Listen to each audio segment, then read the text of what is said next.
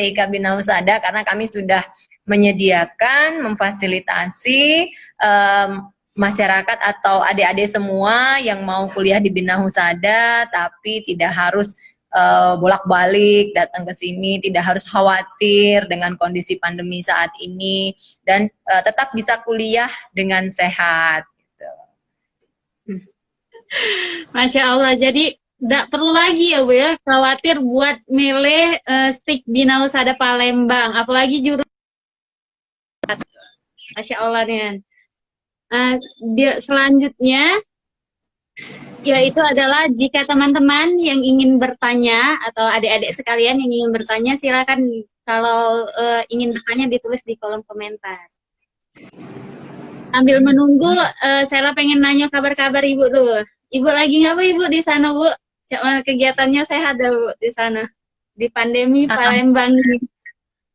Ya, alhamdulillah kami sampai saat ini sehat dan semoga tetap sehat ya untuk semua mahasiswa, semua calon mahasiswa juga mudah-mudahan kita semua tetap dalam kondisi sehat ya. Pada saat ini kami masih proses untuk penerimaan mahasiswa baru. Jadi bagi adik-adik semua silakan ini segera mendaftar ke Kesmas STIK Bina Husada karena sekarang kita masih menerima pendaftaran dan jangan khawatir pendaftaran pun dilaksanakan secara online, nanti bisa menghubungi kami untuk kami fasilitasi proses pendaftaran online. Nah, kemudian kami juga sekarang sedang persiapan untuk pelaksanaan perkuliahan. Jadi perkuliahan kita rencananya akan dilaksanakan di bulan Oktober. Jadi sampai saat ini tuh masih punya kesempatan, ayo ajak keluarganya, tetangganya, teman-temannya, adik-adiknya, koleganya untuk mendaftar di STIK Bina Husada. Karena saat ini kita masih proses untuk penerimaan mahasiswa baru dan persiapan untuk perkuliahan secara online. Itu mungkin Sela. Buat mahasiswa sekalian atau teman-teman sekalian, adik-adik sekalian, jadi masih dibuka sampai sekarang buat penerimaan mahasiswa baru. Jadi tidak perlu khawatir lagi buat dari tadi kan apa pengertian jurusan kesehatan masyarakat, kenapa harus memilih jurusan kesehatan masyarakat, prospek kerjanya yang seperti apa. Nah, Bu, pengen nanya Bu, sambil nunggu yang lain mungkin adik-adiknya belum pada nyiapi pertanyaan.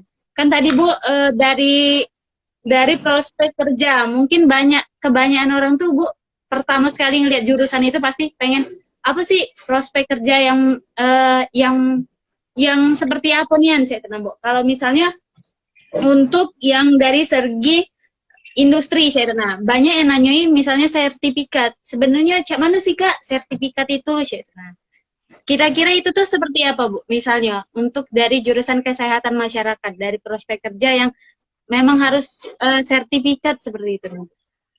Ya, jadi beberapa tahun belakangan ini kan SKM itu diterima di dunia industri sebagai ahli K3. Jadi selama perkuliahan selama 4 tahun di bidang ilmu kesehatan masyarakat itu ada peminatan. Jadi di Bina Husada pun kita sudah membuka beberapa tahun ini kita sudah membuka peminatannya adalah K3. Nah, di peminatan K3 itu mahasiswa mendapatkan mata kuliah ya, beberapa mata kuliah yang sifatnya adalah khusus bidang ilmu K3. Nah, di sana kan mempelajari bagaimana caranya untuk mengidentifikasi potensi bahaya, kemudian bagaimana caranya mereka sampai dengan memberikan rekomendasi sehingga bahaya itu tidak terjadi. Nah, itu adalah kemampuan mahasiswa yang masuk di dalam bidang ilmu peminatan K3. Nah, setelah mereka menempuh kesarjanaan kesehatan masyarakat, nah syarat dari industri itu adalah memiliki sertifikasi ahli K3. Jadi sertifikasi ahli K3 itu adalah semacam pelatihan yang diselenggarakan. Nah, pelatihan ini itu adalah merupakan lanjutan dari pendidikannya tadi ya, tapi itu terselenggara secara sendiri, tidak menggabungkan di dalam proses perkuliahan. Jadi sifatnya adalah pelatihan. pelatihan ini, nanti di sana si lulusan ini akan diajarkan bagaimana caranya secara mendalam lagi pengenalan mengenai K3, kemudian aturan perundang-undangan sampai dengan menganalisisnya. Nah, setelah itu kurang lebih biasanya pelatihan atau sertifikasi ahli K3 itu kurang lebih biasanya 12 hari atau 2 minggu. Nah, itu banyak kok alumni Bina Husada juga yang sekarang sudah bergabung di dalam penyelenggara pelatihan atau sertifikasi itu, sehingga nanti kalau lulusan Bina Husada yang lulusan SKM Bina Husada itu bisa untuk bergabung bersama para lulusan yang sudah mereka mengikuti pelatihan atau sertifikasi itu. Itu merupakan tambahan. Jadi ketika di pendidikan tinggi Kesmasnya, di akademiknya dia sudah sampai mendapatkan ijazah yang ditempuh dengan melalui proses perkuliahan dari peminatan K3, kemudian dilanjutkanlah dengan mengikuti sertifikasi tersebut. Sertifikasi tersebut juga tidak harus dari mahasiswa yang khusus bidang ilmu peminatan K3. Jadi sertifikasi itu juga boleh untuk lulusan Kesmas dari bidang peminatan yang lain. Itu juga boleh. Itulah enaknya Kesmas ya. Jadi mereka tetap bisa bergabung walaupun bidang ilmu tidak spesifik, tetapi kita bisa tetap berkontribusi di sana. Karena di dalam bidang ilmu Kesmas itu kita bidang ilmunya yang kita pelajari itu kompleks, semuanya kita pelajari ya. Ibu, ini ada pertanyaan dari Cin .a7206. Maaf Kak, mau tanya katanya. Saya lulusan D3 Farmasi. Saya mau lanjutin S1-nya di Bina Husada. Gimana caranya ya Kak? Ya, silakan. Jadi kami untuk jurusan kesehatan masyarakat itu ada prodi S1 dan S2. S1 kesehatan masyarakat dan S2 kesehatan masyarakat. Untuk prodi S1 kesehatan masyarakat itu ada 2 juga. Jadi ada yang kelas reguler A itu yang berasal dari SMA. Dari SMA itu dia kuliahnya selama 8 semester, kurang lebih 4 tahun, itu untuk lulusan dari SMA.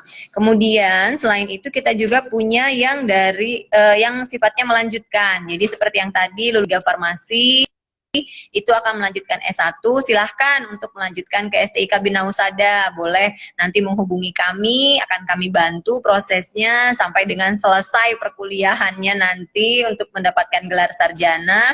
Dan untuk yang dari D3 ini kita menerima dari semua lulusan D3 kesehatan semua jurusan. Jadi mau farmasi, gizi, keperawatan, kemudian kebidanan, itu semuanya bisa masuk di STIK Bina Husada.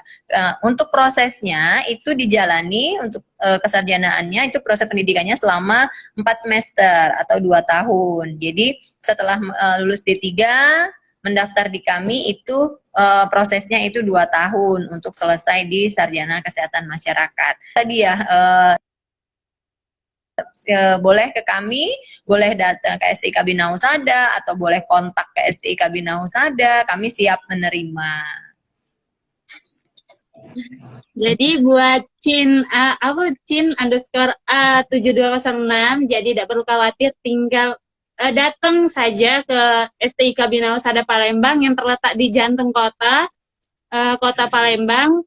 Jadi untuk semua lulusan D3, kata Ibu tadi, bisa untuk masuk ke STIK Bina Husada Palembang melalui reguler B.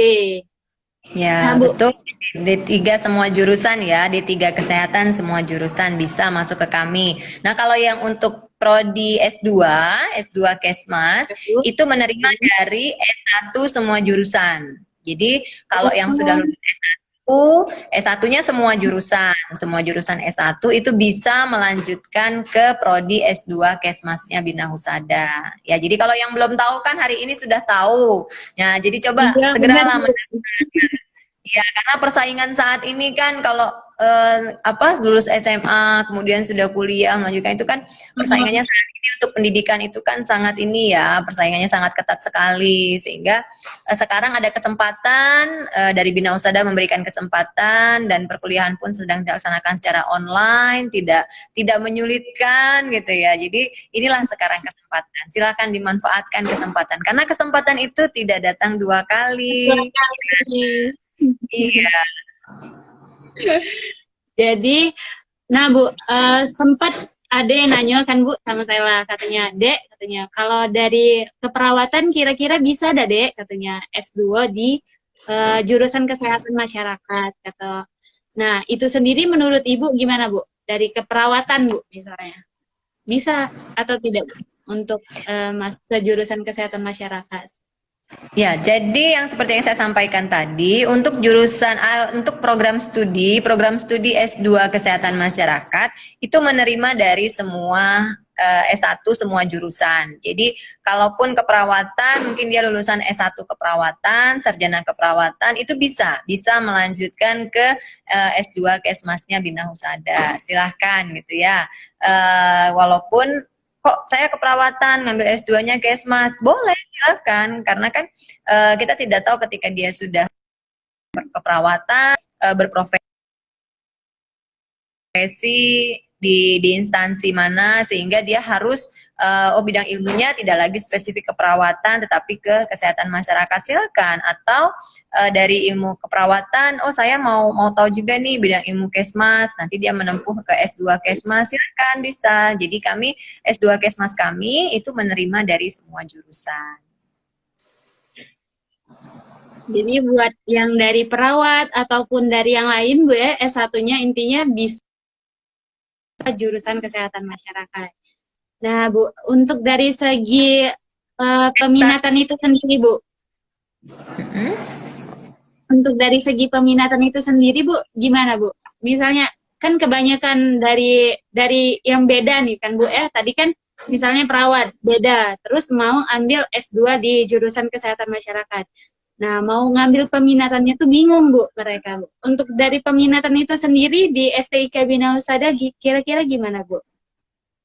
Ya, jadi sebetulnya kalau untuk S2 Kesehatan Masyarakat kita menerima dari semua jurusan S1, baik yang kesehatan maupun non kesehatan ya. Jadi jangan khawatir kalaupun ada lulusan dari Fakultas Ekonomi, Sarjana Hukum, itu pun juga tetap bisa melanjutkan ke S2 Kesehatan Masyarakat, bisa. Nah, kalau untuk peminatan, jadi kalau di kita itu semua peminatan itu kita memfasilitasi mahasiswa. Jadi mahasiswa yang memilih, mahasiswa yang menentukan kira-kira dia mau peminatan apa, seperti itu. Nanti dari kita yang akan memfasilitasi untuk pembukaan kelas peminatan tersebut. Jadi kan dari Kesmas itu kan banyak peminatan ya, S1 maupun S2 banyak peminatan. Mungkin yang bidan, yang lulusan dari D3 bidan, dia maunya ke peminatan Kespro di Kesmasnya. Silakan, tidak apa. Jadi kami dari prodi S1 Kesmas, S2 Kesmas itu menerima, dan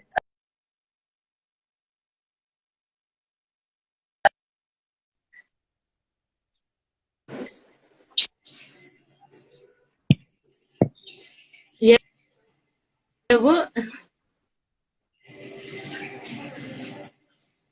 Halo Bu. ya, halo.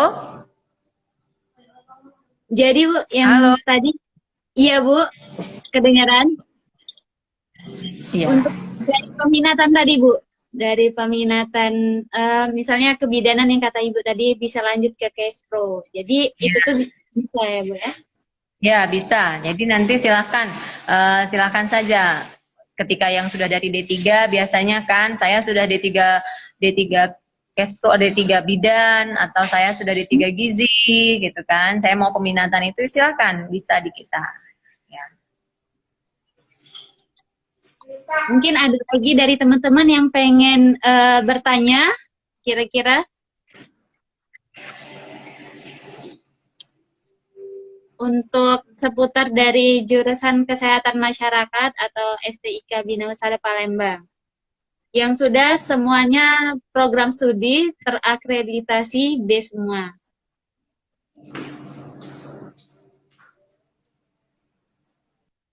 Untuk dari ini Bu, apa misalnya memilih jurusan kan Bu ya, kenapa harus memilih jurusan kesehatan masyarakat tadi kan Bu, kata Ibu tadi untuk mencegah, terus untuk menjadi gerakan bisa meningkatkan kesehatan masyarakat. Gitu.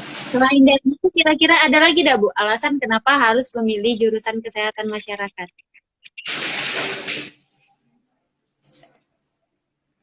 Iya, kenapa Sela? Jadi Bu, kan tadi Ibu seperti yang Ibu bilang kan tadi kan kenapa harus memilih jurusan kesehatan masyarakat. Misalnya dari mencegah, terus itu meningkatkan derajat kesehatan masyarakat. Nah, selain dari itu Bu, kira-kira ada lagi dah Bu, alasan harus benar-benar yakin Ceta. Kita tuh milih jurusan kesehatan masyarakat. Ya, jadi kan kita permasalahan kesehatan sekarang kan sedang ada permasalahan kesehatan. Jadi kita ya peduli ya, aware. Kita harus meningkatkan kepedulian dari kita untuk mengatasi permasalahan kesehatan yang ada saat ini. Bagaimana kita bisa berkontribusi? Berharapnya kan kita bisa berkontribusi. Apa sih yang bisa kita lakukan dengan adanya kondisi atau permasalahan kesehatan saat ini? Ya, jadi kenapa harus memilih? Kita harus mampu memecahkan permasalahan kesehatan yang ada sekarang ini. Kita itu kondisinya memang harus sehat. Nah, sebelum kita melakukan kegiatan yang lain, kondisinya adalah kita harus sehat terlebih dahulu. Nah, bagaimana kita sehat? Mulai dari diri kita, kemudian keluarga, masyarakat. Ya, salah satunya adalah kita harus masuk di bidang ilmu kesehatan masyarakat supaya tahu dan supaya kita bisa meningkatkan derajat kesehatan masyarakat tadi. Ya, jadi kita tuh harus yakin dan tahu, Bu ya. Harus daftar dulu yang pasti, Bu ya. Daftar di STIK Bina Husada Palembang. Jadi Ya, bisa tahu untuk derajat kesehatan masyarakat. kan apa? Sela juga ini alhamdulillah saya berhadapan dengan salah seorang mahasiswa saya yang Ya, smart ya. Jadi Sela adalah mahasiswa yang sekarang semester ke-7 ya. Semester ya, Bu. ya, jadi sudah selama kurang lebih 3 tahun ini kan di Bina Husada sudah merasakan bagaimana bagaimana proses pendidikan yang dilaksanakan di STIK Bina Husada. Ya, saya adalah salah satu mahasiswa kami yang smart sehingga inilah gitu ya profilnya punya mahasiswa Kesmas gitu bisa mampu berbicara, berkomunikasi dan mampu menganalisis masalah kesehatan yang terjadi pada saat ini dan sudah menjalani kan ya proses-proses yang ada di Bina Husada. Alhamdulillah. Pertanyaan. Ini Bu, ada pertanyaan dari NS.Kuswanto. Maaf Bu, Kuswanto mau bertanya. Hal ini sering nih Kus dengar dari keluhan-keluhan teman Kus. Dan juga hal ini Kus alami sendiri. Karena bagi Kuswanto, kuliah kesehatan itu butuh biaya yang lebih. Waktu yang padat kuliah. Mungkin kira-kira gimana Bu maksudnya? Jadi Kuswanto, ya, kayaknya ini masuk keperawatan ya. Iya. Ya, jadi sebetulnya kalau proses perkuliahan, yang pertama adalah proses ya. Saya berbicara masalah proses perkuliahan. Proses perkuliahan itu kita kan melaksanakan proses perkuliahan bagi yang dari reguler A itu kan kita rutin ya, rutin sesuai dengan jadwal, ada jadwalnya. Ya, ketika memang padat itu saya rasa dalam satu hari itu ada rasionalnya berapa mata kuliah dalam satu hari, kemudian berapa jam dalam satu hari. Itu mungkin kemudian ketika praktikum pun itu akan dijadwalkan terlebih dahulu sehingga waktu yang padat ya memang kita sebagai pada saat ini sedang menempuh studi itu menerima materi mungkin padatnya itu karena diberikan juga banyak tugas-tugas mungkin ya. Jadi ada proses perkuliahan, ada penugasan, karena penugasan itu merupakan salah satu instrumen untuk latihannya mahasiswa. Ya, jadi kami akan mencoba, biasanya kami akan mencoba menyusun jadwal perkuliahan, sehingga jadwal perkuliahan itu akan dibuat rasional dalam satu hari itu untuk berapa mata kuliah, kemudian penugasan pun seperti itu. Nah, itu untuk proses perkuliahan, baik teori maupun praktikum. Kemudian,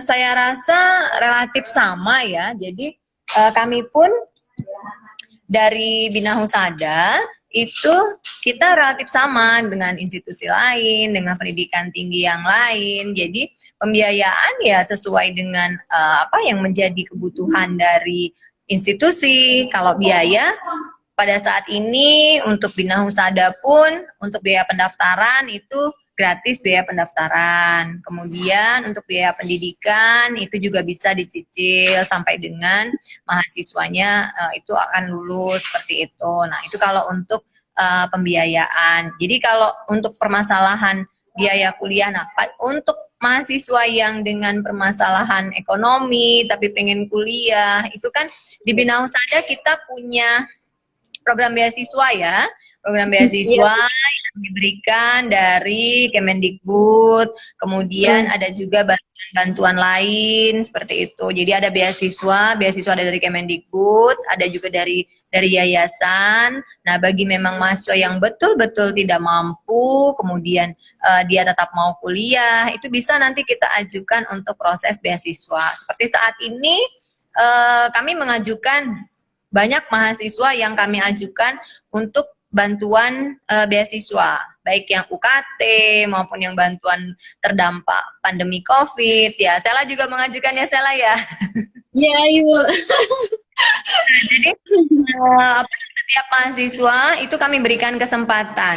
Jadi kami tawarkan siapa ini yang mau atau yang bersedia untuk mendapatkan bantuan ini. Tentu saja bagi mahasiswa yang berharap untuk mendapatkan bantuan tersebut, ya melengkapi persyaratan-persyaratan yang diminta. Tapi persyaratan yang diminta saya rasa tidak sulit ya, karena persyaratannya itu rasional. Saya lihat hanya kelengkapan administrasi yang diminta, seperti yang bantuan UKT itu diminta, dan tidak harus yang tidak mampu. Kemarin UKT itu untuk yang berprestasi pun itu bisa mendapatkan ya. Jadi ada yang orang tuanya mampu, tapi karena dispensasi atau berdasarkan nilainya, maka kami juga tetap bisa mengajukan untuk mendapatkan bantuan UKT tersebut ya.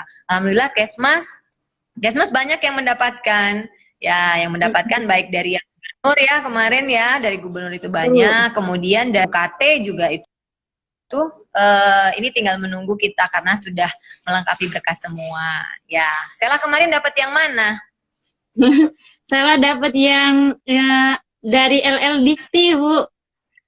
Ya, yang UKT ya? Iya, Bu, dari yang UKT. Ya, berarti jadi, kan sudah melengkapi. Iya.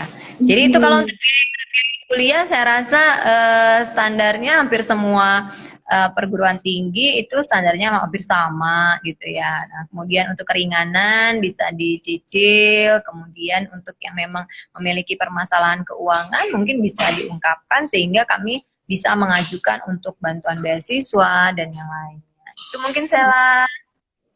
Iya. Jadi buat teman-teman sekalian, jadi saya sendiri mungkin yang buat dari segi pembiayaan itu misalnya kemahalan kan bisa dicicil 3 kali ulang. Terus memiliki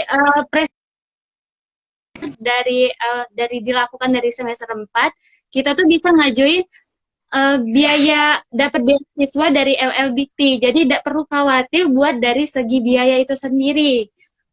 Bisa kuliah sambil meneruskan cita-cita yang pengen teman-teman kejar, Cek. Nah, terima kasih.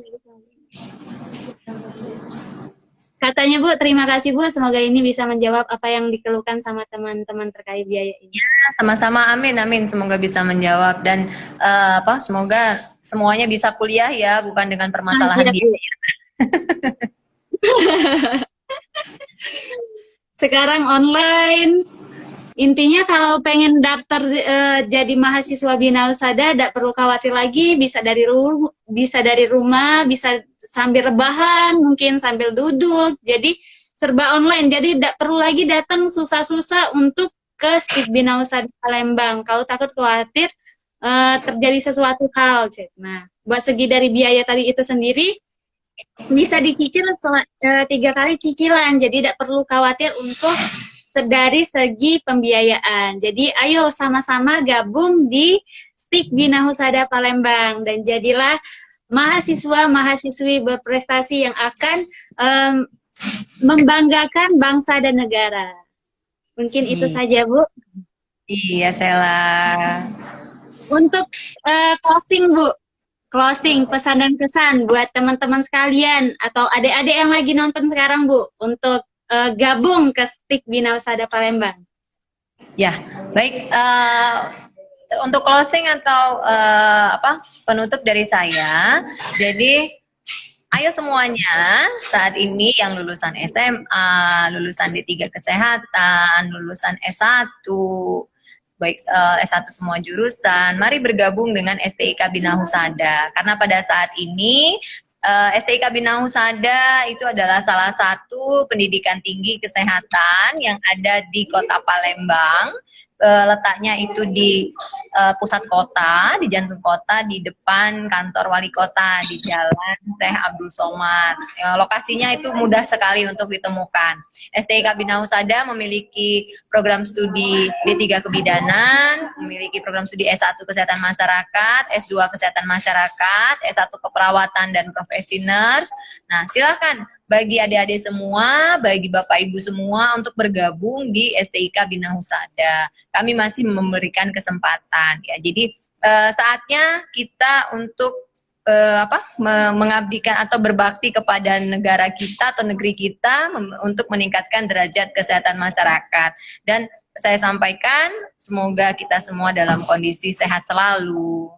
Itu Sela.